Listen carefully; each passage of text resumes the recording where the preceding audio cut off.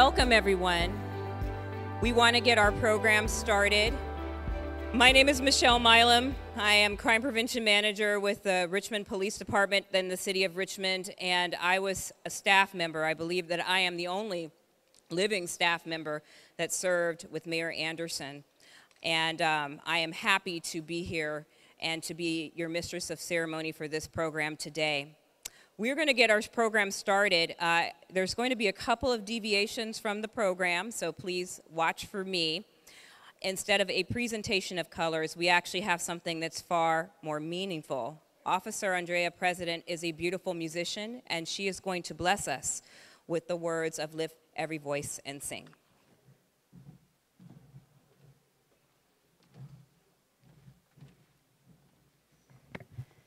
How's everybody doing? Good? Oh, that was kind of low. What's going on now?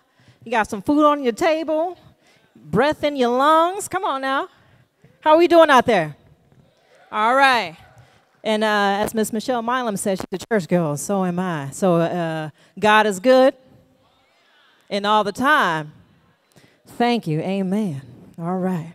Today's sermon, we're going to, no, all right. All right, so we're going to do Lift Every Voice and Sing, okay? And we're going to do this as a family, all right? Lift every voice and sing till earth and heaven ring, ring with the harmony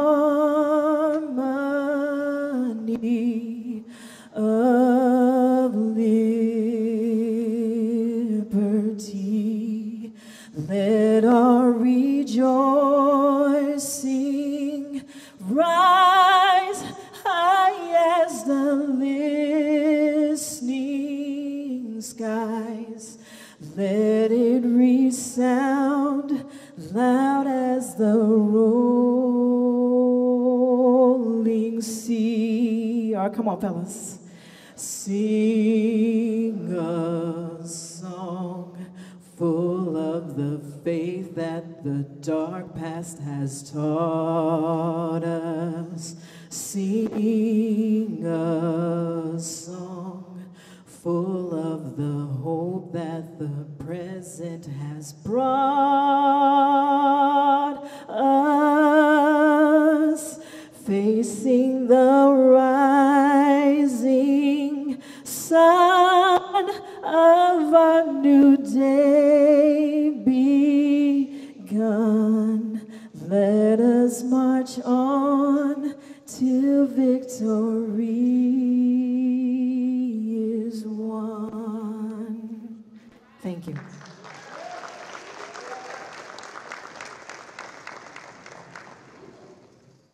This is how we do the work.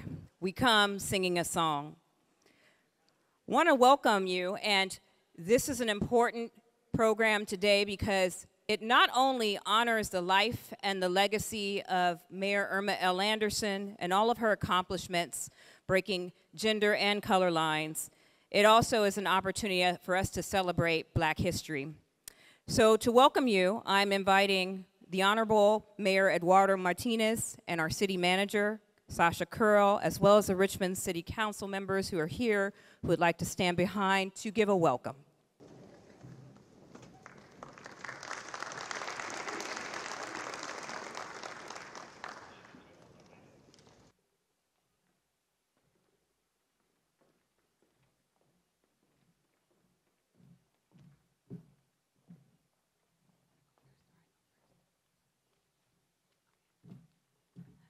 Good evening, everyone, and I would like to say hello and good evening to Ahmad.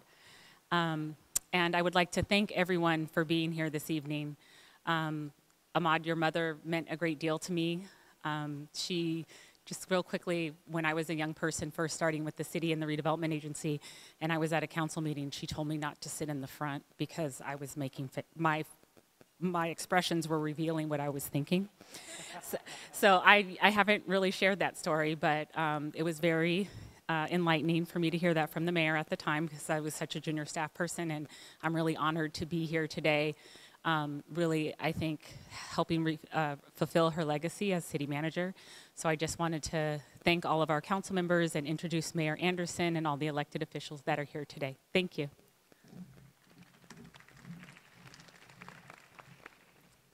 I'd like to acknowledge the fact that today is a very special day.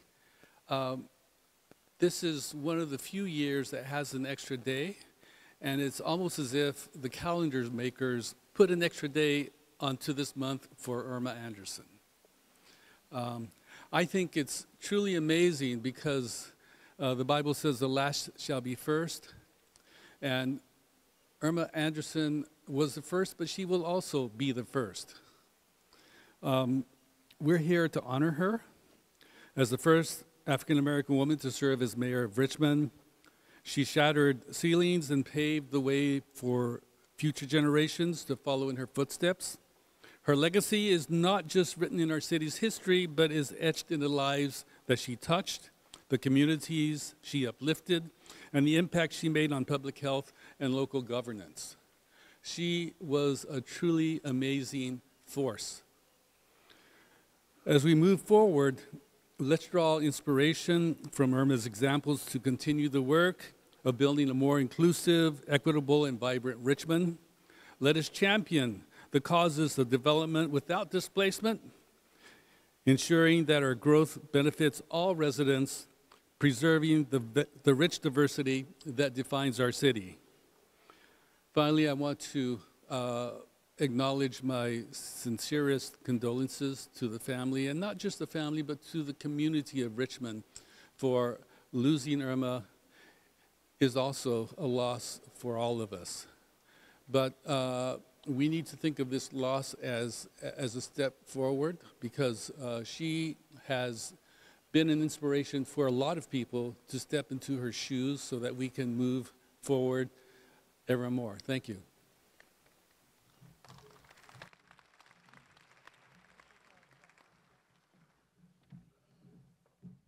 Thank you. Thank you so much. And I think that we all are here in some part because of the inspiration that Irma provided. And I thank our city manager for that story, because I was told many times that I wear my emotions on my face, and I definitely do. And Irma did tell me the same thing, so I appreciate that wisdom and that mentorship. So now we have a special speaker. We're so pleased and honored to be able to have the Honorable Willie Brown here to provide some remarks for us. And it's always hard when you have Willie Brown go first, so I know we have tributes afterwards, but we know it's going to be a treat and an inspiration, so please come to the stage.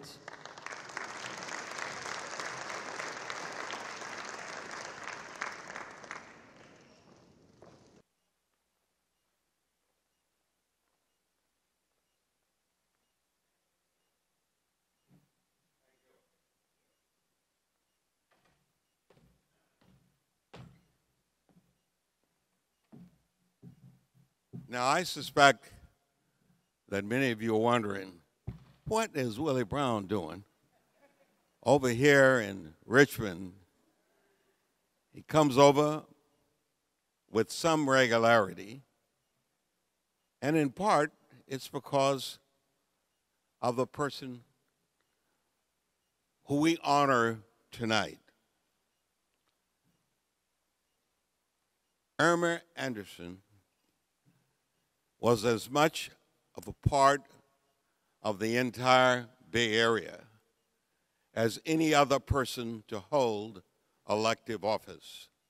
I said that because Irma Anderson was very unique. Yes, there have been one or two black women to follow, and her being the mayor. But note I said to follow. And when I told my mayor, a London breed, that I was coming over before I'm doing something for her with the Spanish community of San Francisco later tonight, I let her know that it was important that I would share her warm greetings to each and every one of you, but in particular to the Anderson family. Now, you in Richmond claim Irma, but we in San Francisco claim Irma. And we do so because the history of this woman in part originated with a person whom we let you have, Booker T. Anderson. The world doesn't know, but Booker, Irma's husband, let me take his job, because at the job that he had, there were living quarters with his job. It was a church called Jones Methodist Church. Booker was the janitor at Jones Methodist Church for living purposes. I inherited that job from Booker. What Booker didn't do, though, is ultimately he never shared with me about this fabulous new lady friend that he had developed a relationship with that turned out to be the first female black mayor in the Bay Area. I met Irma. I fell in love from an admirational standpoint with Irma, just as probably most of you have done. She was an extraordinary person, trained in the world of healing through the professionalism of medicine. Ultimately, though, however, dedicated to the world of healing among people, doing what needed to be done to have people begin to develop the kind of respect that she had for them and the kind of respect that she'd want them to have for each other. One would never think that a person like Irma, in those times so long ago, would be about trying to do something for others, asking for nothing in return. She chose a neighborhood and a community that needed that kind of guidance and those kinds of inspirational participation. She chose Richmond. She lived here in Richmond. And slowly but surely, Richmond recognized how talented and inspirational she really could be. First, having her served in the process of city council, doing with Nat Bates and a whole bunch of other people, having her develop relationships with people like the man who ran the pharmaceutical store here in Richmond, having her embrace the whole quality of life in Richmond among the people in the religious world and the people in the world of sororities and fraternities. Clearly, the unique flavor of her own professional qualifications made her something special.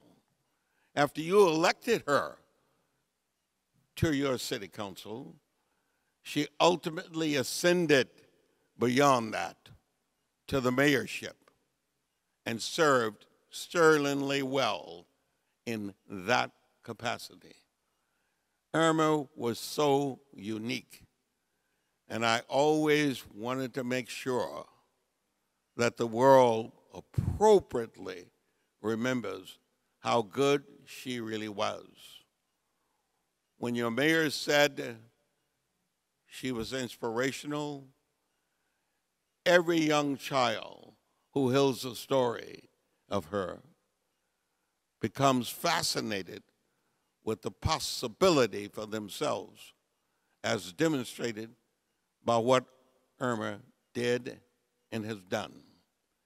And so when I was told of this event, I interrupted my own working schedule in San Francisco, and believe me, our mayor, a woman, formerly a staff of mine, is under siege, as you might assume, because black people run for public office always find themselves under siege if they have been effective in their position, if they have been indifferent in their position, and if they thought only of survival of themselves, they will not be in the category they need to be in. Irma was none of the above. I can imagine if London Breed in San Francisco at this moment could have Irma over to help him, she would be much better off, because Irma helps so many of us. And at each time somebody needed help, she was there to do it. And so my visit to you tonight not only is for me personally, but it's also from the perspective of London Breed, my mayor, who obviously is meeting the same kind of challenge that Irma met during the course of her political life. It's the same kind of challenge that black people holding public office all over the country will face at some point if they are really effective. And I'm here tonight to tell you that Mayor Breed says, come on over. That's what Irma would be saying to each of you. If doorbells need to be rung on behalf of another sister, at some point, you got to do it, and you got to do it in memory of Irma Anderson. Thank you.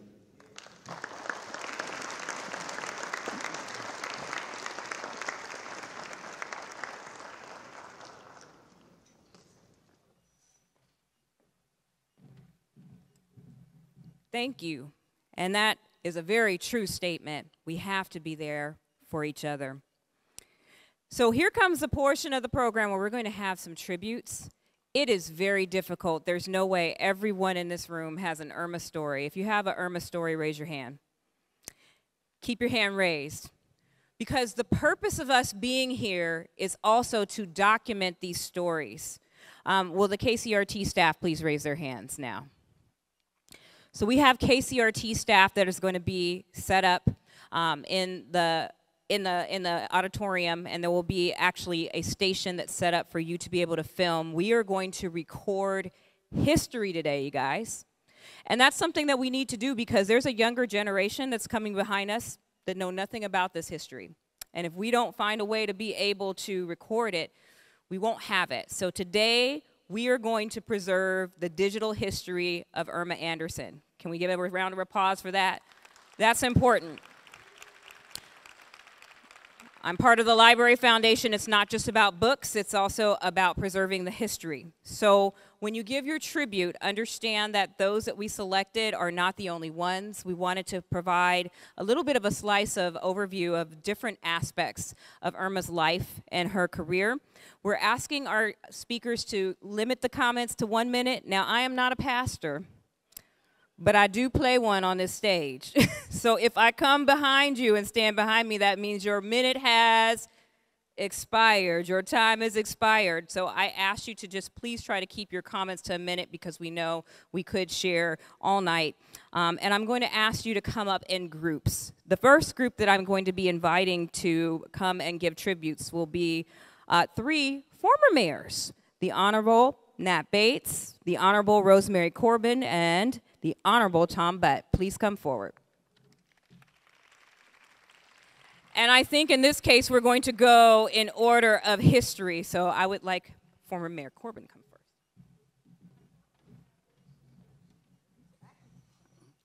Well, I was on the committee, and I didn't see the program, Michelle. Had I seen it, I would have made sure that one of the things I didn't want to do is follow Mr. Mayor Willie Brown. You just don't follow him. But let me deviate a little bit. Willie is no stranger to Richmond. Willie has been supportive all of the candidates, Jim McMillan, George Livingston, Lisa McIntosh, Irma Anderson, and a host of others.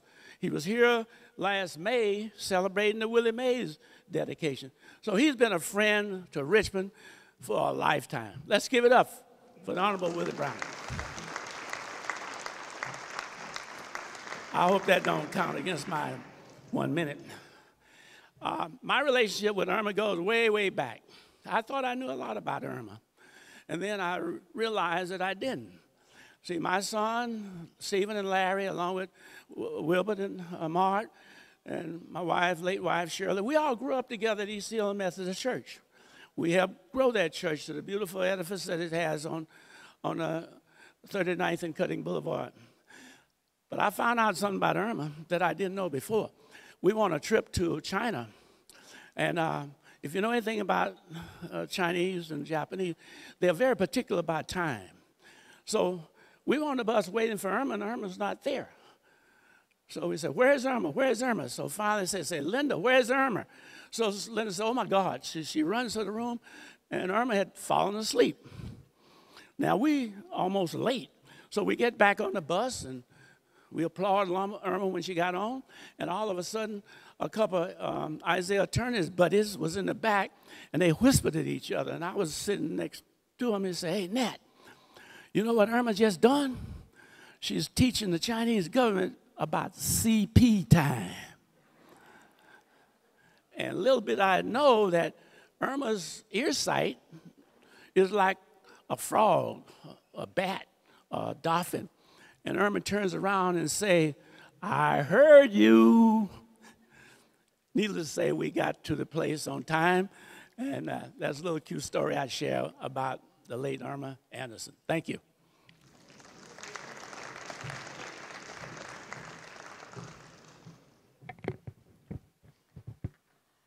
Irma was smart and determined. She knew what she wanted and she knew how to get it. Picture little Irma growing up in Boston, doing very well in school, with her eye on what she wanted to do and how to get it. She went to 2 great universities and studied nursing, but she didn't want to study nursing to be a nurse in a pristine office. She wanted to be a public health nurse. That's tough work. She worked going into homes that weren't always in great shape, and she was in neighborhoods that weren't always safe.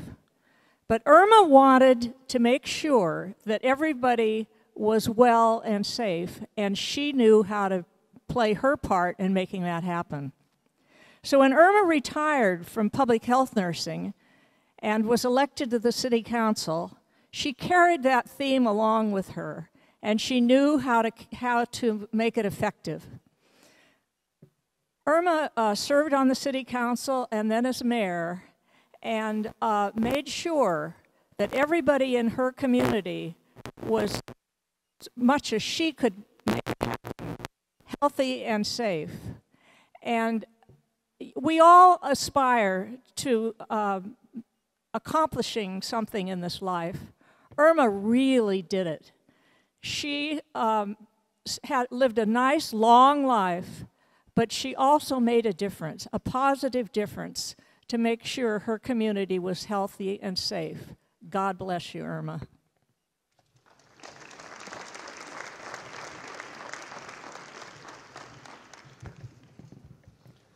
Well, I won't kid you. Irma and I are both pretty hard-headed, and we butted heads a lot. But I got to tell you, Irma was a leader and a visionary, and I was lucky to be there at a time when she started and was responsible for some initiatives that we enjoy the fruits of today. And the first one is the Office of Neighborhood Safety. Back at the time Irma was mayor, Richmond was having 40, 50, 60 homicides a year. It was a very serious problem.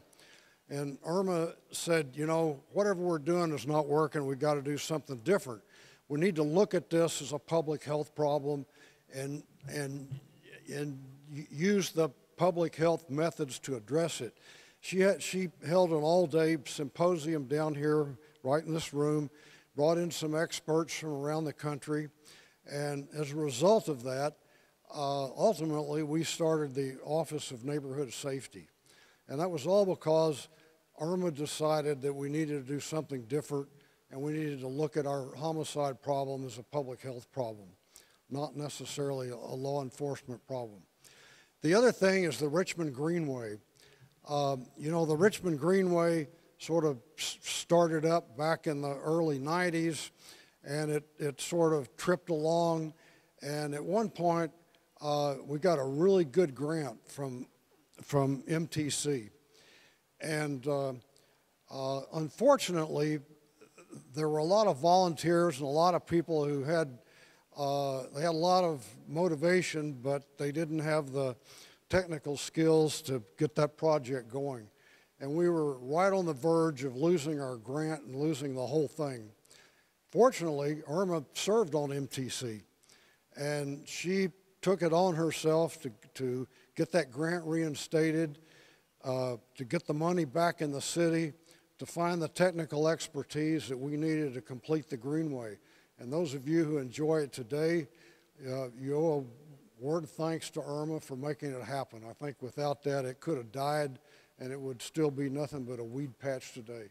So thank you, Irma. It was a privilege to serve with you, a privilege to work with you, and we'll always remember you.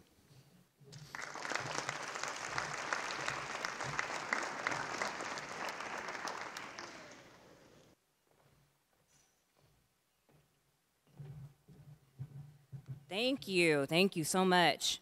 We're going to actually have a presentation and a tribute from a staff perspective, because if you've ever served for a mayor, if you've ever served on a city staff, you know that there is a very intricate relationship between staff and a mayor. And so we're fortunate today to have former city manager Bill Lindsay here to give some remarks.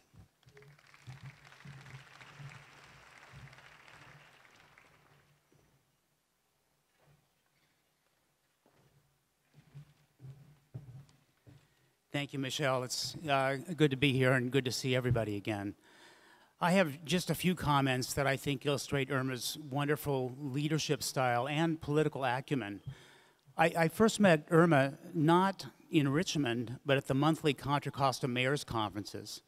She and the other 3 female council members from Orinda, where I used to work, developed a real strong friendship and would usually sit with each other at the dinner of the meeting.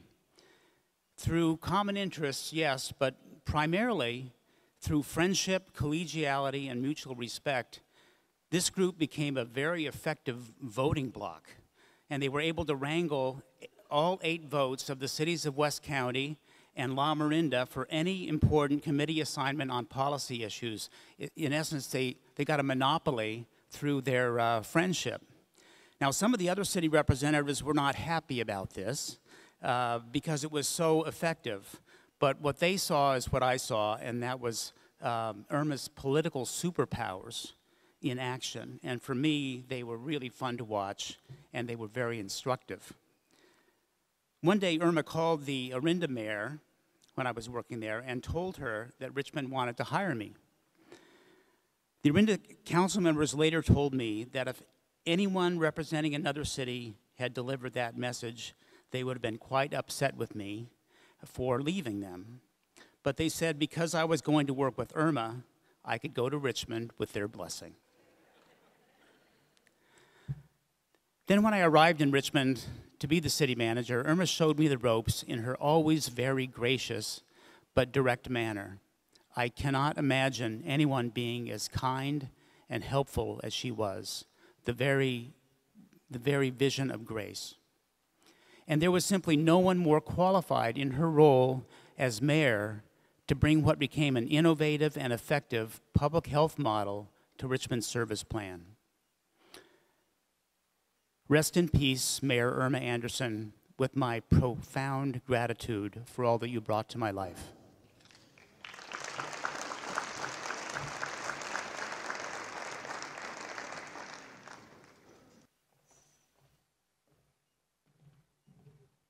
So I said I was going to get through this without crying, and that almost made me cry, because outside of Irma being our champion as a mayor, Bill Lindsay is a mentor to many of us, and so thank you for those remarks, Bill. We appreciate that.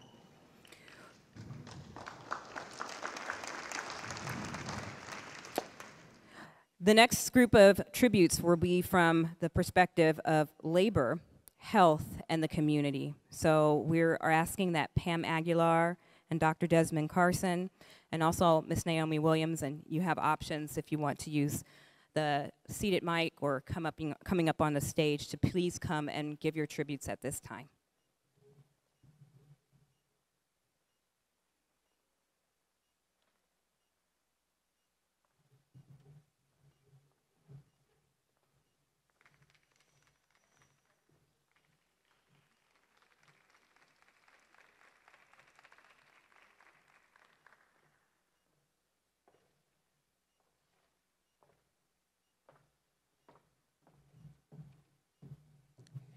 Good evening. Can you hear me? Okay. I am walking a little slower, but now when I tell people I'm 76, I said, but I'm still walking and talking, which could probably change at any given moment. I wanted to say that in my 30 years at the Labor Council, we were really blessed to work with a lot of people that really cared about their community. And Irma really stands out. She really cared about all working people, whether it was building trades or, nurses, from the people that worked for the city, no matter what you did for a living. Irma really cared about people and wanted to make sure people were making enough, getting a fair living so that they could provide for their families. And it was our great honor to always be able to support her and work with her.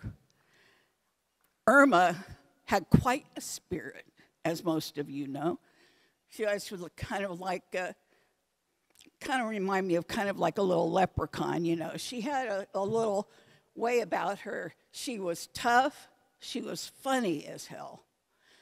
And the things that I loved most about working with Irma was the way that we used to get into what John Lewis would call good trouble. And, that's really all that Irma was. She lived to help people. And labor really honors her and really appreciated working for her.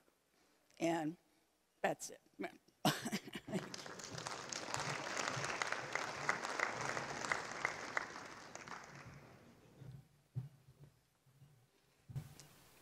Good morning. Maybe it's afternoon. I don't know which one. It's close to both, though. Okay. Irma, I met Irma before she became mayor. She was on the city council. Oops.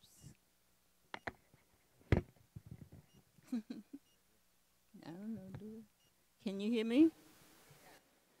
Okay, thank you. Irma was my good friend. She was a lady you looked up to, even though she was short. And I used to look at her and say, ooh, I'm taller than you are. And come to find out we were about the same size. I'm short too. So, but what I want to really say is that Irma did a lot of things for the city. This city, anyway. I don't know what she did the other places, but I met her when she came here. She was a wonderful woman, wonderful woman. I came from San Francisco, so I know she was a wonderful woman. But what was striking is that it was the time that the Navy they sold Richmond, Point Melody, for $1. And Irma was looking for $1 and she didn't have one, but I had one in my pocket. So what I did was give it to Irma to give it to Richmond. So actually, Richmond belonged to Naomi,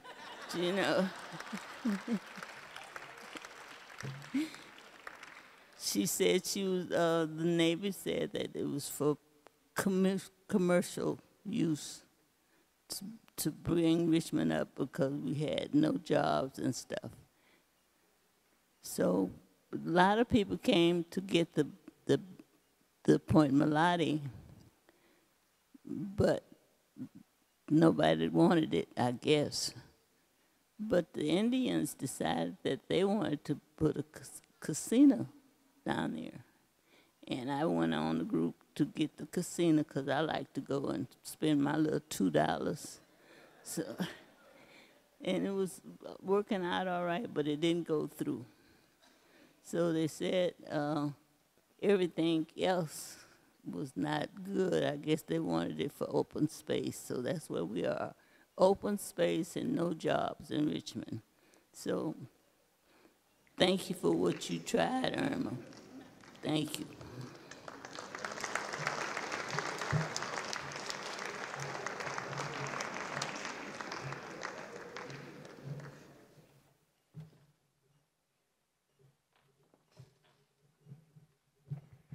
I don't know about you all, but when I was a kid, this place used to rock.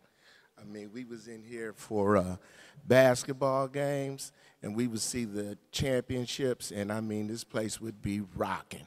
We would play in the El Cerrito, and Richmond kids would play Oakland. And after the place was shut down, and we would go, we're going to go to party. Where we going to go to party at? Man, I'm going to go over to Mod and Wilbur house. So we end up at a Mod and Wilbur house, and damn, we was having a good time. Mod and Wilbur was cool dudes, and they would always have a bunch of cool, pretty girls, so that's where we went. I found out, oh, they mama name is Irma. I said, okay, she was a nice lady, and let us in and provided us a safe haven for kids who were adolescents to come and hang out. Okay, so now I know this lady named Irma. I didn't know she was a city council member, know she was doing politics, but I did know when I was at Cal, struggling through the rigors of a biophysics pre-med curriculum, and her son was there. He was, you know, Ma was a cool football. He was a star football player. So I said, hey, man, blah, blah, blah, blah, blah. You know, how you getting through this? He said, man, my mama went to school here. Irma went to Cal? So where did I end up back again? Now I'm back at Irma house. Irma, what you do to, boy, you need to go study and quit playing. It was quick. It was very simple. If you don't put in the time and effort, you're not going to get through this. So she, again, was there to support me from adolescent. Now I think I know everything because I'm taking biophysics courses at Cal. Well, fortunately, I was able to get in and through medical school, again, with struggles. It wasn't no, you know, it was a struggle. And while I was upon my return from Martin Luther King Hospital, where I did emergency medicine and came home to Doctors Medical Center, all of the loss of life, and you see people, young people, and you was talking about how she applied public health to all the kids that was shot. All them kids who was shot, I knew their mamas now. I'm from Richmond. Where could I go? Mama, what do you do about this? We're going to try to make it better. And she did. She brought public health to help out so that we can get rid of these guns off these streets. I said so we can get rid of these guns off these streets. And then, as I don't know who in here thought that I could be an administrator with me being who I am, but they decided to put me on the board of the hospital because they knew I was a Richmond kid. And who did I meet again? Irma Anderson. Through all of this, I never knew her as a city mayor. I never knew her as a politician. She was just mom. She was Irma Anderson. She's always been a support for me, and I hope I can do it for the next generation.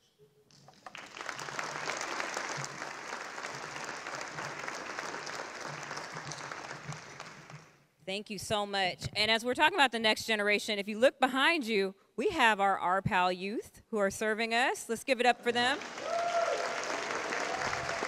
Have a new culinary academy, tiny home, farm and garden. That's getting ready to launch, and so we're very, very proud and happy that you are here today to work with us. We're coming to the portion of the program where we're going to have the presentation of the quilts. And the quilts are both really symbolic as well as actual. So we have actual quilts that will be presented. One will be presented to the family at a later date, and one will be presented to be in the Richmond Museum. But today, I believe that someone on staff is going to bring us a replica of what our quilts will look like once they are completed. We also have quilts in the form of women who have been mentored by Irma Henderson. And so I'm going to actually ask those women to come up so that we can have the next set of tributes. And you all are doing pretty good, but I need to remind you, please keep it to a minute. Latresa Alford, Chanel Scales, Kathleen Sullivan, and I believe Joey D. Smith is also here. Please come forward.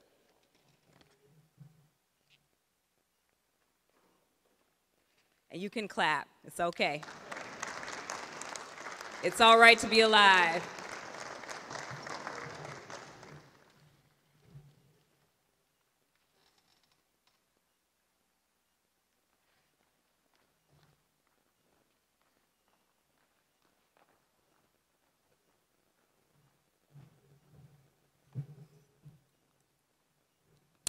Good afternoon.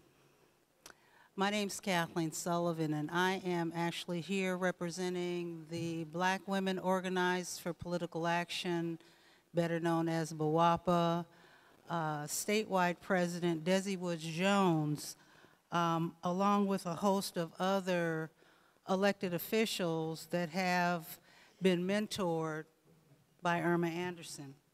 What we have here, and we were supposed to present this at the funeral service, but again, the line was so long. But we have a proclamation we want to provide the family. But just to know the list of people that are tied to this BWOPA organization, that Irma touched their lives and helped to be the trailblazer for them. There's more than what I could name, but what I'll start with is people like the new mayor in Los Angeles, Karen Bass, Maxine Waters, our vice president, Kamala Harris, Lisa McIntosh, who I spoke with this week, and as well Barbara Lee, who is on your ballot running right now. She set the example. She was one of the first. She's one of our founding members. And I just want to bring greetings. My position right now is as the regional director, which means I have oversight over Richmond, Contra Costa, Solana, Napa County, and Sacramento. But just to know that Irma's reach was far beyond all of that. Our vice president came to Richmond often. And Irma was definitely somebody that had an impact on even the highest office, one of the highest offices in the land. So I do want to say for you to possibly put in a prayer in for Latresa Alford. She will not be here today, but pray for her. She wanted to come today and also have words. How many BWOPA members do we have in the audience? I see several, including our political action chair of all time, Naomi Williams, who definitely did not pass the opportunity to be political on this stage today. I want to thank her for that. She's always been a real representative of this Richmond Contra Costa chapter. So I see several of our other members in the audience. Oh, Cynthia LeBlanc is in the back, Linda Whitmore, and as well even our own chief over here. So thank you so much. I'm sorry, not an oversight at all. The president of your Richmond Contra Costa chapter, Joey Smith, is here. She's got another plaque to present other than the one that we have from BWOPA.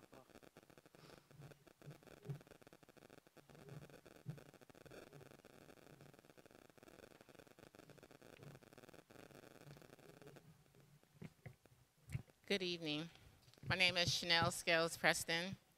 And first I would like to share remarks by Latresa Alford. She was just mentioned here and she's unable to make it this evening.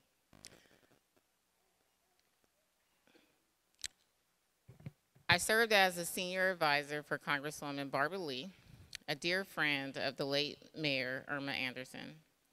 I met Irma when I was a senior aide with Congressman George Miller and respected her advice and leadership during the 15 years that I worked for Mr. Miller.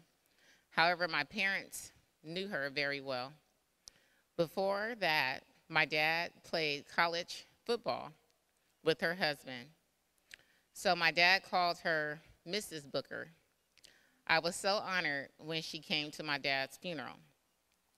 The city's revolving loan program was started under Mayor Anderson to provide loans to underserved businesses in the city.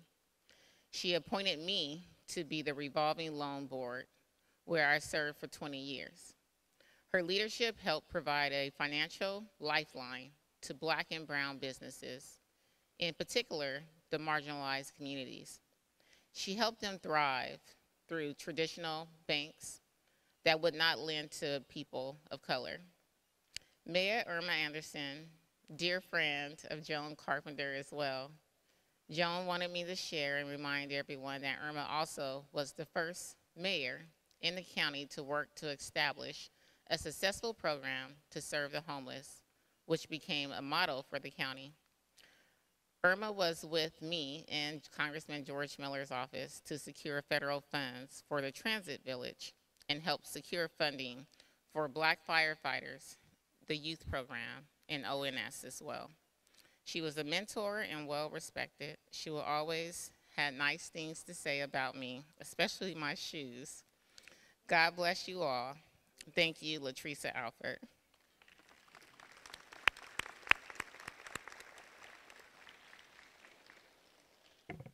And so as for myself, I met Irma the same as my former colleague, Latricia, during my time working for Congressman George Miller. And at the time, I was a young staffer, 20-something years old, and just was really in awe of Irma. And she was just really a trailblazer, someone just breaking glass ceilings. And I just remember when she first got appointed to MTC, and you know, at the time, we only had seen, you know, men that was on that board. And she was the first African-American woman to be appointed to MTC, which I was just really in awe of that, because that was going to really create change, especially for transit in our marginalized communities. Later on, after I moved on with Congressman Mark DeSaulnier's office, you know, Irma became a real mentor to me, always talking to me about running for office. And it was like, no, I don't think so. No, you're going to do it. I see it. You're going to run for office. And then finally, when I decided to run, you know, and we had a great conversation about it, and she just continued to give me encouragement. Encouragement all the way on for my 5.5 years serving on city council up until now for running for county supervisor. And so it's important to have leaders like that in our communities that continues to break glass ceilings, but also helping young Black women to do the same. And so I just want to thank you, Irma, for your public service, and thank you for your push to teach us all what a good leader is like. Thank you.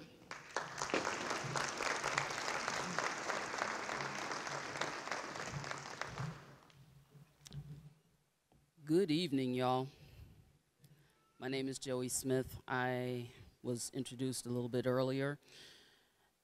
I just want to say a little bit here. If not for Miss Naomi, Miss Myrtle, Mendel Penn, and the Honorable Irma Anderson, I don't know if this Chi-Town girl ever would have adopted Richmond as my home. They made me know that I belong here.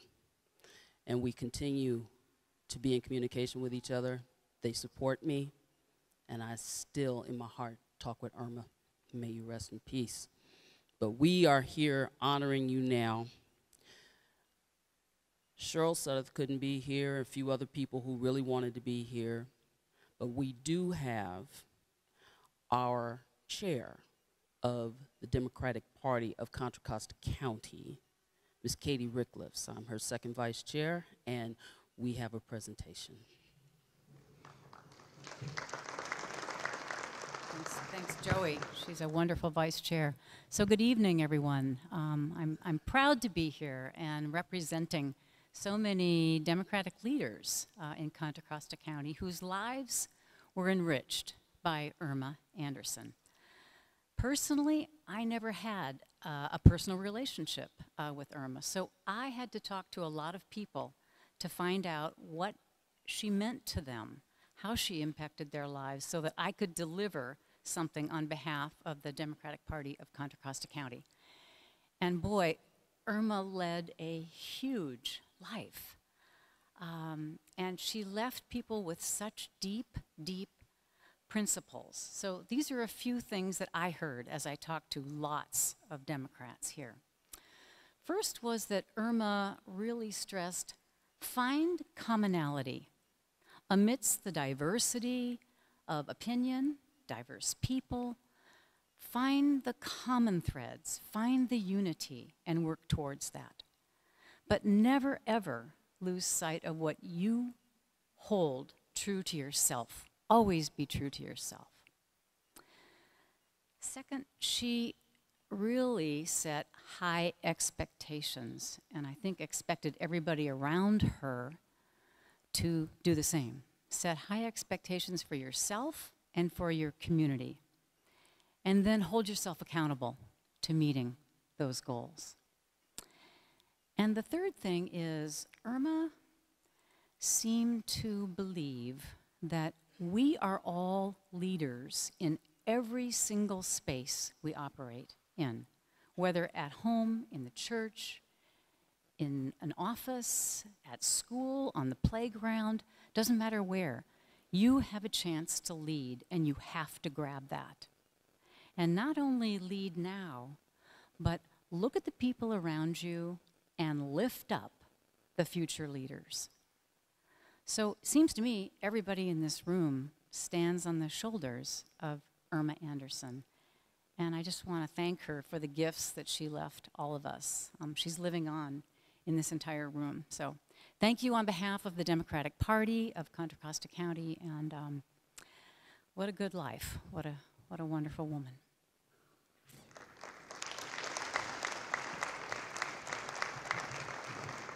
I'd like everyone to take a look at the photo that is in the front. Can you all see?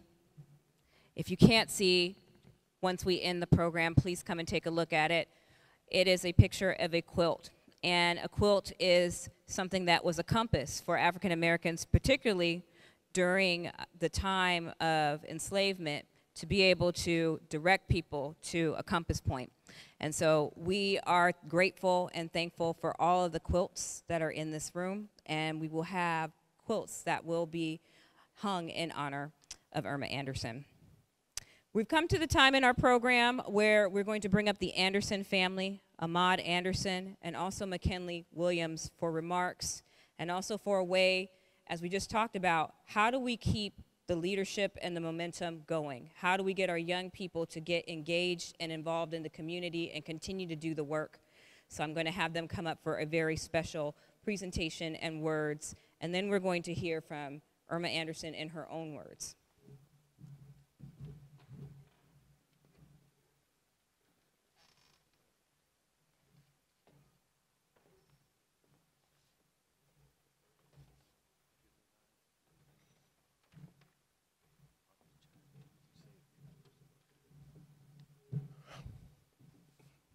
Well, first of all, thank you. Thank you, City of Richmond. Thank you, we the people of Richmond. And thank you so much to the committee, the Memorial Committee, and its members for putting this together and doing it with grace and humility and really putting their arms around us, but lifting up my mother, Irma L. Anderson. Yesterday was a tough day. Everybody has asked me how I'm doing, and I'm doing well. But I'm doing better than I think folks probably would imagine, but it's because my mom sort of prepared me for this, that because she was great, because she was strong, we are greater and even stronger every day. I tell you, as they say, and some of you may understand, you know, like they say, Ahmad, you have a few minutes, and for those of you who are Baptists, you know that means I probably have 45 minutes. Those of you who are United Methodist means I have 10 to maybe 20 minutes. Those that you are Catholic and others, you probably have left the building because we've exceeded the time. And I'm able to say that because I was born to a United Methodist minister who married Irma Anderson, whose mother was Catholic, but their family, because of my grandfather, became United Methodist. But I went to a Lutheran elementary school here in Richmond, Mount Olive Lutheran, and I went to Catholic high school. And I've got a name that's from the Middle East, Arabic, Ahmad Jamal. So, you know, if some of you were at the memorial service for my mother, Willie said he was glad that she left before him so she could prepare her pace. I think I'm going to have some options when I leave. But more important, that my mother was an incredible woman. She was an incredible mother, but everything she did was about community. Everything she embraced was about lifting others up. As it was just mentioned, we are standing on the shoulders of Irma Anderson today, each and every one of us. You've heard from folks who have in many ways known me before I was me, and those folks who've known me and grown up with me. And to hear those words is one thing, but to see what my mother put in action was truly of someone who used to be able to walk with kings and queens yet not lose the common touch. And for all that we go through today in the city of Richmond, I can only say that there's truly a balm in Gilead that heals the sin-sick soul. And that you need to keep on fighting the good fight, because that's what Irma would want you to do. And I have to tell you that I struggle, but yesterday was a month since my mother passed away. And I didn't realize the mood I was in until my lady said to me, "Baby, what's going on with you?" I said, "I don't know. I'm just feeling," as we say in the streets, I was feeling some kind of way. And then I woke up at 1:30 in the morning and said to myself, "Good Lord, it's been a month, but it doesn't feel like a month, because she lives within inside me. She lives within this building.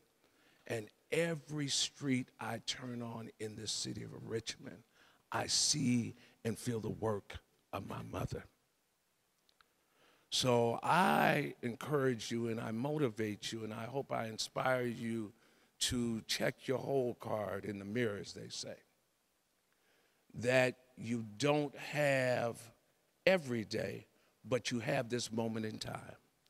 When my mother married Booker T. Anderson and left from Roxbury, Massachusetts, to then move to Sacramento and eventually land here in the city of Richmond, I keep thinking that no one can determine the time and place in which they are born, but you can make that time and place a time of opportunity.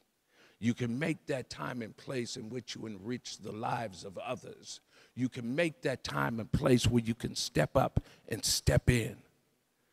And know that if people believe in that, that the person next to you is doing the right thing, that the people at the table are doing the right thing, then when you charge that hill, you are not going alone.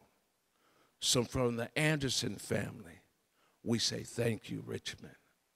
And I say all my thanks and all I am is because I was my father's son, but my mother's child.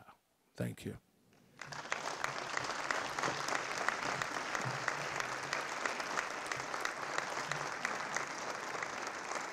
Thank you very much. My name is McKinley Williams, former president at Contra Costa College, and I just recall Irma as being a person that was extremely supportive of me in my role as the president of the college. She would come out every now and then to speak with our nursing class. And it was always a treat for her to come up to my office because she said, I see you got a big office, huh? But she would call me periodically just to ask me, how was I doing? How are things going? And one aside, I just wanted to share this with you. Irma married my son. She was the official at his wedding. And she asked me after it was over, did I do okay? And I said, well, yeah, you did a beautiful job. She said, that's my first wedding. I said, well, you did an excellent job. But just to keep Irma's memory alive, we have asked the family, would they be willing to allow Contra Costa College to sponsor a scholarship on her behalf? And they agreed. And we have established a scholarship that will hopefully remain in perpetuity. This scholarship will help to fund the education of nursing students, because that was her passion, public nursing, at Contra Costa College, which is a community college of Richmond. To make a donation, you can please make a check out to Contra Costa Foundation, Irma L. Anderson Nursing Scholarship. Or you can do it online, and I have some flyers in the back here that you can see what the URL is. Or if you have Venmo or Cash App, you can QR code this. There's some in the back. You can just scan it and donate tonight before you leave. And we're doing this, again, to maintain and uphold the memory of a stalwart in our community, Mayor Irma L. Anderson. Thank you very, very much.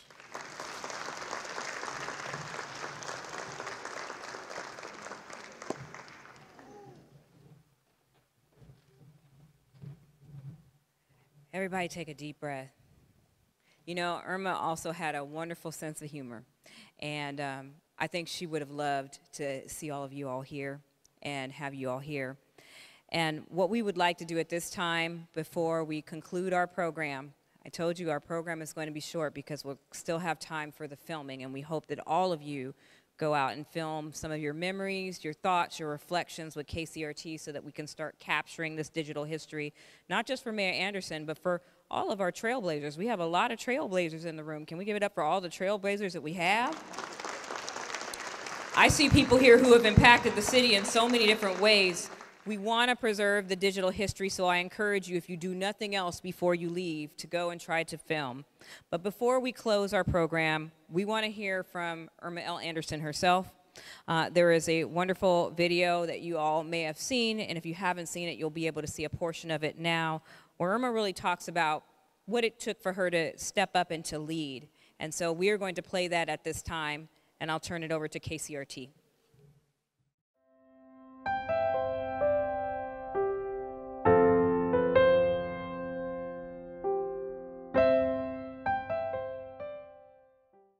Today we have the pleasure of interviewing the Honorable Irma L. Anderson. Welcome to the show, Ms. Anderson. Thank you. Let's start from the beginning, Ms. Anderson. Would you tell us where you were born and educated? Yes.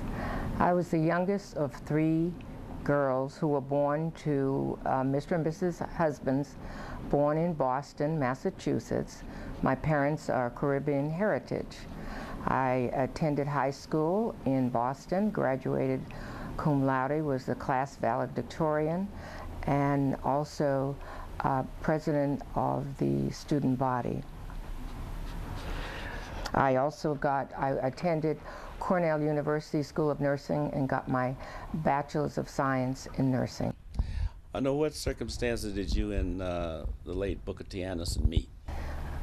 Booker was residing in San Francisco, left Jones Methodist and came to Boston, Massachusetts to attend Boston University, where he was pursuing his master's in theology. At the same time, Dr. Martin Luther King was working on his doctorate in theology. During that time, he served as the assistant pastor for Union Methodist Church, of which I was a member, and my father was the treasurer for 30 years. He became the youth director at the church. And when did the two of you marry? After about 11 months, we married, came to California, where the bishop, Tippett, assigned him to Sacramento for his first church. And after 1 year of being there, we were to integrate Sacramento church with a black integrated church, believe it or not. And now, then in 1 year, we were assigned to Easter Hill United Methodist Church, following Reverend Johnson, who was married to a friend of mine in Boston. Now, Booker eventually became mayor of the city, and that was a distinct honor. And of course, we'll talk a little bit later, because I don't think in the history of the city, and probably in the future history of the city, will there have ever be a husband and wife being a mayor of the city of Richmond. One of the jobs you held was with the Contra Costa County Health Department as an administrative. Would you elaborate a little bit about your job and responsibilities? Okay. I just might say, to start, I started after my children entered school part-time as a public health nurse, and went through each classification of nurse, supervisor, training coordinator, and assistant director, and then director of public health nursing in the 29 years that I worked for Contra Costa County. And as director of public health nursing, prior to that I was the assistant director, where I worked in Richmond, housed at 38th and Bissell for 19 years. I was responsible, administrative nursing responsible for all of West County nursing, including the Richmond Health Clinic, and as director, assistant director of the Home Health Agency in West County. And I did that for 19 years in this city. And at one point, you were the top health service administrator in the county, is that correct? Well, yes, and then after that, I became the first African-American director of public health nursing for Contra Costa. And besides the director of Veterans Affairs, although he had one employee, I was the highest paid black employee in administration for the Contra Costa County. Now, at some point, you finally decided to run for public office. What motivated you, having experienced the First Lady and having experience with your husband being the mayor and the councilman, what motivated you? Because a lot of women don't like to follow in those kind of footsteps, but what motivated you to try it? Well, to tell you the truth, I retired and planned to get involved in another level of my profession. As you would know, public service has always been my bag. Upon retiring, right after I retired, I was a member of the Macmillan Election Committee, and most of us were women. And we had said to Mac, we have nothing but black men on the council. You need to have a woman's view. And he said, okay, next time I'll do that. So he had chosen, and we agreed for another young lady to run. However, at the last minute, the 2 weeks before, she changed her mind. Mac called me and said, well, you plan to help the campaign, you've got to do it. And I was really upset. I said, no. He said, well, just put your name in, and then by that time, 2 weeks' time, we'll change it. We'll find somebody. I went to Boston with that. Mac put the money in for the application, and before you know it, I was committed.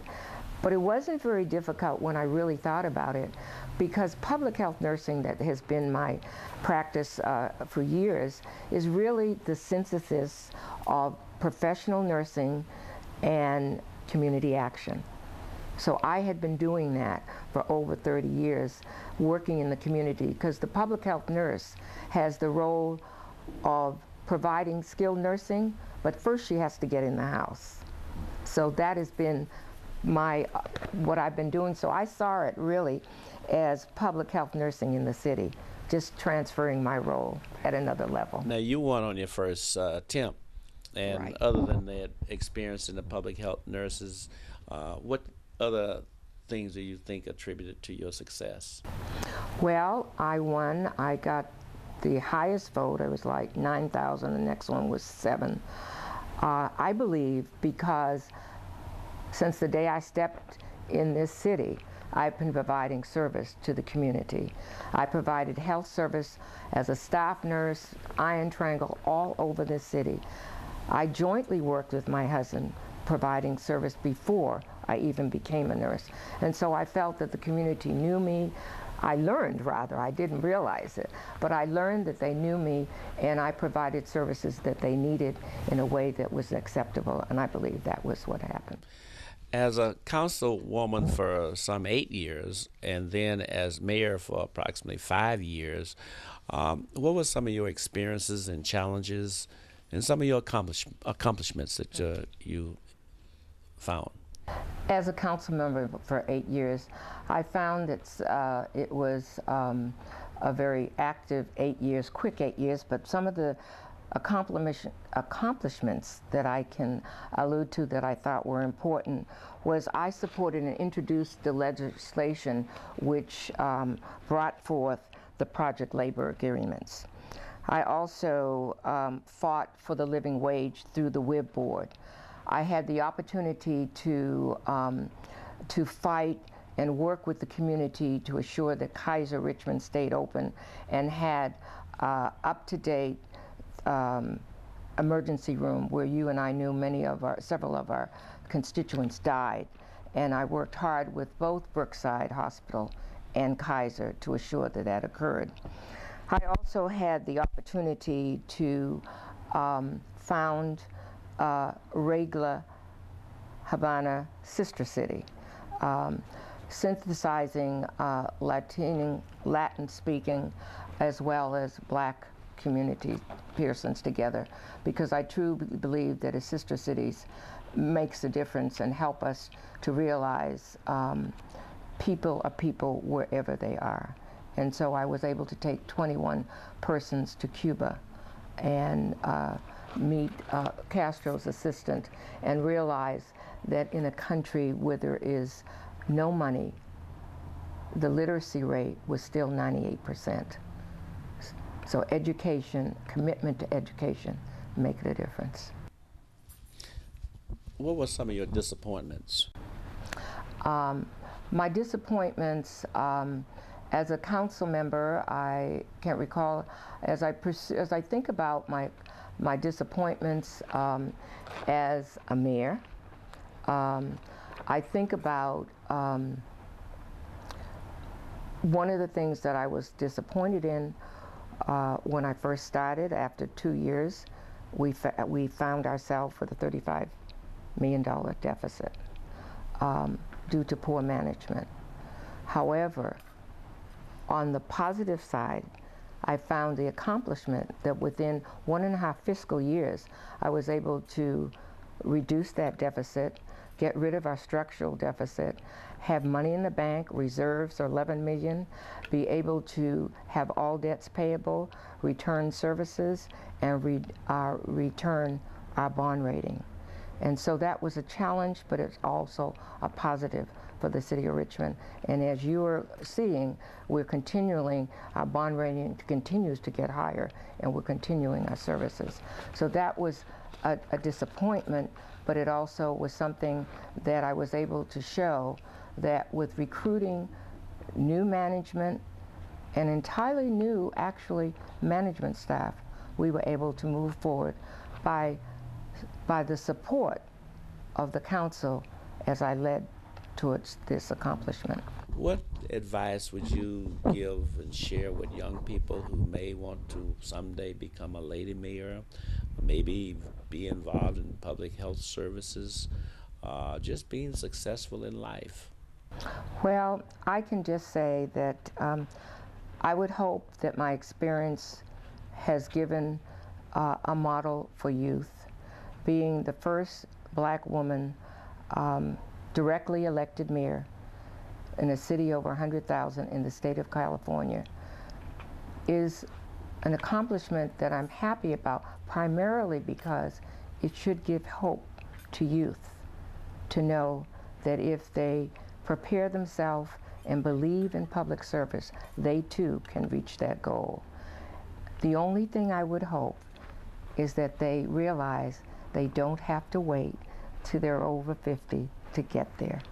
They can do it early by pursuing an education, giving back to the community, and learning how to make it a better life for everybody in this world. Thank you very much. Are there any final comments that you'd like to express? I think I have stated that service, public service, is something that I think I'd like all youth to know, those youth that I help to employ, that I only ask them to remember the forefathers that they stood on to get where they are, to remember to give back. That is where our future will be better. And that I do believe investment in our youth and reducing their rest is to assure that we will have a much safer community. Well, on behalf of the community, I'd like to thank you for your service to this greater Richmond area. As I indicated, you've been an inspiration to many people. And being a public service is not an easy job, but you did a great job, and we appreciate and wish you very best in the future. I thank you for this opportunity, and please know I will continue. Thank you. Thank you.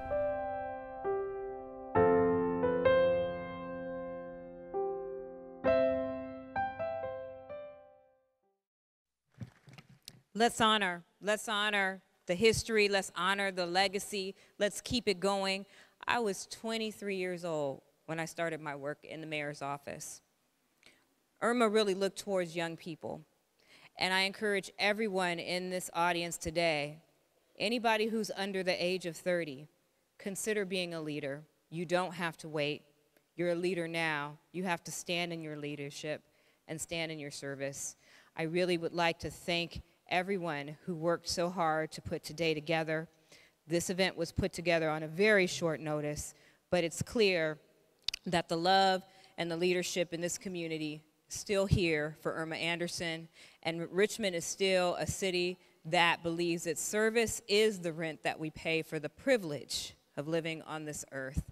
I am so proud to have been your mistress of ceremonies. I'm so proud of the committee. Can everyone who was on the planning committee please stand? This event was put together in about 2.5 weeks, which is not a lot of time. And we thank everyone for all the things that they did. There's so many, I don't want to not call someone's name, but thank you for everything that everyone contributed. It's made it a wonderful event, but it's not over. So really, the best part now is we get to see your digital history and your remembrance of Irma and her legacy and her leadership and the leadership of African-American women in this community. We want to be able to get you on film. There's plenty of opportunities. We hope that you go out to the lobby and that you do take an opportunity so that we can film you, so that we can preserve it for the next generation. We also have food left. Did you guys enjoy the food?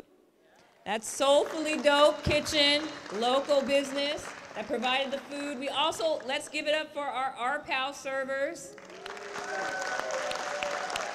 One thing Irma really did love is young people, and so we want to thank you all. You could have been anywhere tonight, but you are here in the community making change, making a difference, and so we hope you support that.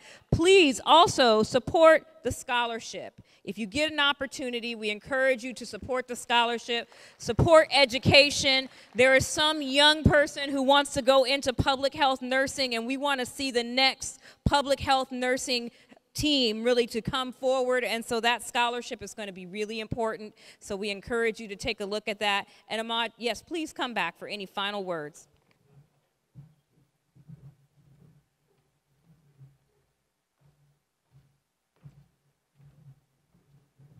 One thing I know about Richmond is you have a hard time giving money, but you don't have a problem asking for it. So I'm going to start off by saying that the Anderson family is going to start the scholarship off with $1,000. So catch me if you can.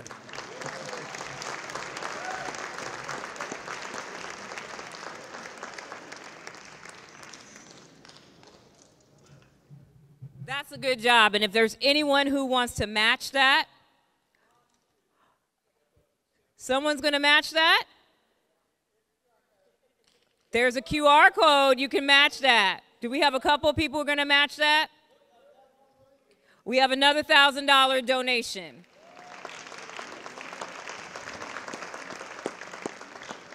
So this is the way that it goes. Please take a look at that QR code. We want to make sure that we send some young person off to college and to their studies with everything they need. We know how expensive it is nowadays.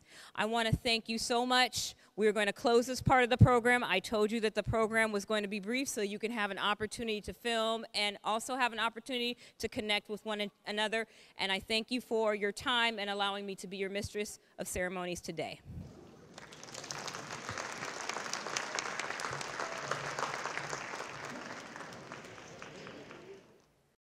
Hello, Richmond community. My name is Larry Lewis, and I'm a little touched today as I stand at the memorial for Mayor Irma Anderson. I still today believe that I was one of Mayor Irma's favorite police officer, or that's what she actually told me each and every time that we came in contact with one another. But I truly believe that she actually told all the police officers that. But she made me feel like I really, truly was her favorite. One of the reasons why I feel like I was her favorite, because every time I spoke to her, she told me and asked me, was I okay and was I being safe on the streets of Richmond? She would remind me of 1981 when I was sworn in as a police officer and she was on the podium as a city council person. And she mentioned that she looked out in the audience and saw me and just thought that, oh my God, he's too small to be a Richmond police officer and he's gonna get himself hurt. And she, from that day forward, would constantly remind me to keep myself safe and make sure that I don't get hurt on the streets of Richmond. That meant a lot to me. I think I last saw her maybe a month or two ago, maybe before Christmas of 2023, and she reminded me of her feelings that she always felt that I was just way too small to be a Richmond police officer, and she wanted for me to take care of myself. I will always remember those things and conversations about Mayor Anderson, and bless her heart. I'll continue to pray for her family, and rest in peace, Irma Anderson, my favorite mayor of the city of Richmond. Hello, my name is Cynthia LeBlanc, and I am a 30-plus year resident of Richmond, and I just want to say that Irma Anderson is a real shero for me. I was involved with the school district here as an employee, and she was always very encouraging. And I guess what I remember most about Irma is her spirit of giving. In fact, I'm wearing one of the jackets that she had made for her golf tournament, focused on kids first. And even though I didn't attend the tournament, she gave me this jacket, and I wear it proudly to this day. To the Anderson family, thank you for sharing your mom. What a wonderful woman she was, and her legacy will be remembered. God bless you. I'm Contra Costa County Supervisor John Joya, and I've had the honor and privilege of calling Irma a friend and working with her for over 30 years. And we first met when she ran for council in the early 1990s, and I remember one of the brochures for her was this great flyer that had her resume on the front, had her photo and her resume with her public health background. And the question was, Richmond, will you hire this woman to help run the city? And fortunately, the residents of Richmond hired Irma, elected her with the highest vote total ever in history of Richmond. And what I always appreciated is that she cared about people. And that's why she thought of everything in terms of health, the health of the community, the health of people. She brought a public health lens and perspective to everything she did. And every time I saw her, she would ask, how's your son doing? And then later on, how's your daughter doing? How's your family doing? She cared about people individually, and that showed in her policies. And I remember when my mother was dying of cancer, Irma would see, when she would see me, she would say, you know, I wish you the best. How's your mom doing? It just showed she was human at every level, and Richmond, Contra Costa County, we're all going to miss her. It was a pleasure and an honor to start working here at the Richmond Police Department while Council Member Irma Anderson was on the dais. And when I started my career, seeing a strong Black woman on the dais just made me even more proud to be here in the city of Richmond. And then to see her move onto the mayor's spot, and everything that she did in the community just inspired me, and of course motivated me to do the same in terms of service to our community. Thank you, Mayor Irma Anderson. Hi, I'm Lucinda Bazile, and I'm Deputy Director with Lifelong Medical Care. I just wanted to say it was a pleasure knowing Ms. Irma Anderson. She was a huge inspiration to me when I met her when she was the chair of the Board of Directors for Brookside Community Health Center. She was an inspiration and a trailblazer, and we will miss her dearly. Hi, my name is Elmina Green, and I had the privilege of working with Irma as in the Public Health Department for the Contra Costa County. And while I was in that position, later she became mayor, and she appointed me to the Human Relations Commission, and I really appreciated her doing that because we were able to accomplish some deeds that were not taken care of. For instance, teaching our police officers how to deal with domestic violence issues. And we worked with them on that, and it became a practice for them to do it correctly. So I am so grateful to have worked with Irma, and I thank God for her each and every day. It was a pleasure being Irma's friend, working with her, knowing her for a lot of years. She was a reluctant candidate, but we all felt that she had the talent and the background to serve well. So periodically we would suggest to her that she should enter the council race, but she was always reluctant until she finally decided, well, I'm going to try it. And she did well. Well, good evening all. It is evening, and I'm just leaving the memorial service for Miss, well, not just Miss, but our honorable Mayor, Irma Anderson. She's been such a trailblazer here in the community. I met Miss Irma back in 2002, and we were both being awarded through Contra Costa County, District 1 through Supervisor Joya. And with that, she was such a warm individual, not knowing what all she had given to the community. But as you heard each and everyone's testimony and why they were there, it was just amazing. I love Miss Irma.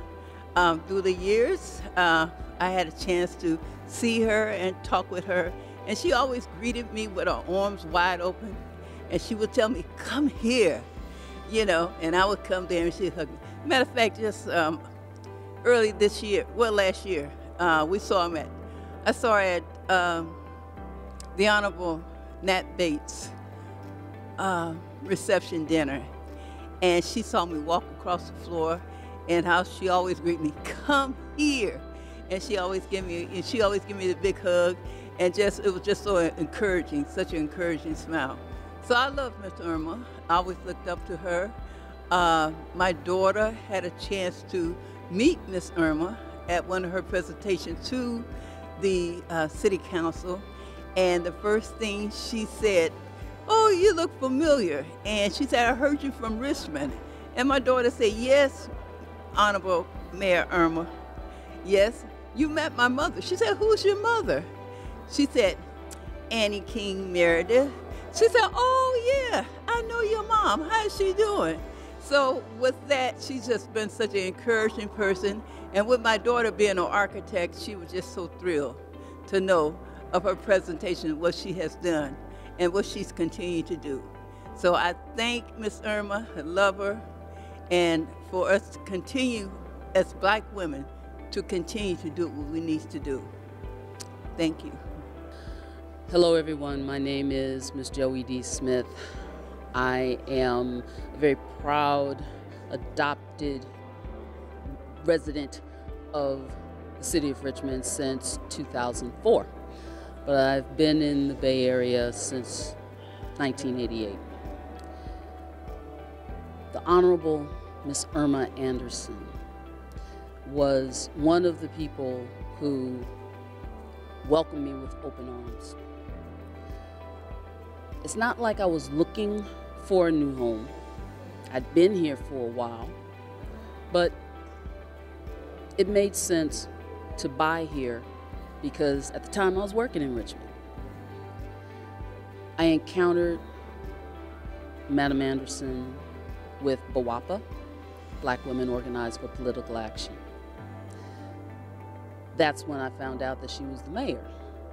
Like, oh, how could I not know that?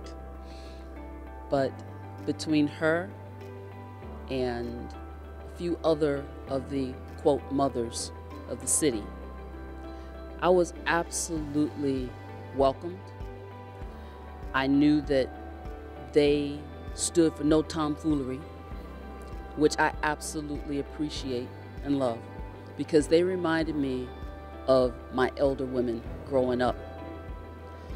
I couldn't help but love them. There were many times when I was in my house and Madam Irma was out east taking care of her sister. We would talk on the phone, just catching up, making sure that things were going right. She'd give me suggestions and recommendations, and I report back to her as to the results. Then, some years later, when one of my younger sisters was basilisk for her chapter of AKA back home in Illinois, they had their brûlée out here in San Francisco. My sister invited me, so I went. That's when I saw Miss Irma again. All the love that had been displayed previously got totally overtaken like a tidal wave when she saw me at the brûlée. She said, "Are you a soror? I've known you all this time and you never told me." I'm like, "Well, no, I'm not, but my kid's sister is, and she's basilisk." It was wonderful. Every time I spoke with Miss Irma, she would ask me, "How's your sister? How's she doing? You tell her I said hi." So, Miss Irma, from Joey and from her sister Alinda, your soror, you mean the world to us from what you have contributed, and we aspire to make your legacy proud. Rest in peace. Love and blessings to the whole Anderson family. Hello, I am Vernon Whitmore. Linda Whitmore. Chris Whitmore. And Andrew Whitmore. Irma was one of my political mentees that became a very good friend. I remember first time I met Irma, she told me, "Okay, the city manager likes you. I want to see what you can do." So my career in politics and the newspaper business were because she inspired me to reach for the sky. Thank you, Irma. Okay. Well, what I want to say is that Irma was a dear friend Love to talk to her. She was very knowledgeable. And this today and her memorial, your memorial, I started thinking about all the things that Irma did. And there's a poem that my mother-in-law told me. It's called The Dash by Linda Ellis.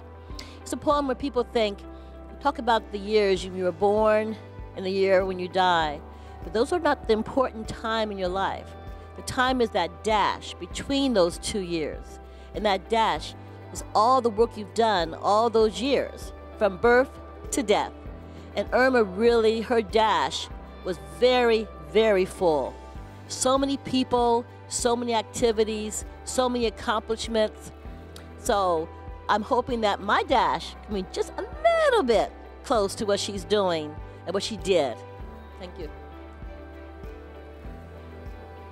For Mayor Irma Anderson, who was my godmother, now is quite literal my godmother. Thank you for your guidance, your leadership and your strength. You have built myself and my brother up to who we are now, from young boys growing up in Richmond to now being leaders in our field, being driven, being motivated, and at the same time wanting to give back to the youth as well. So thank you.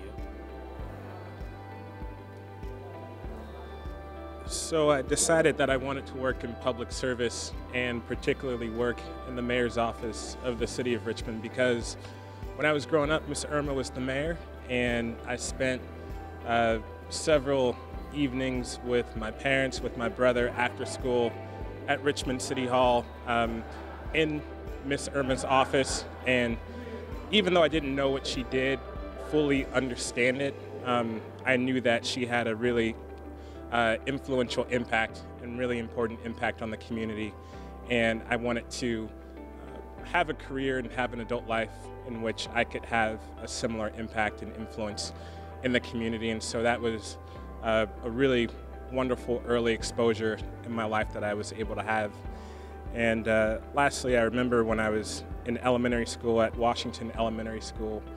I don't remember what grade or how old I was, but I remember one of our teachers called our class stupid.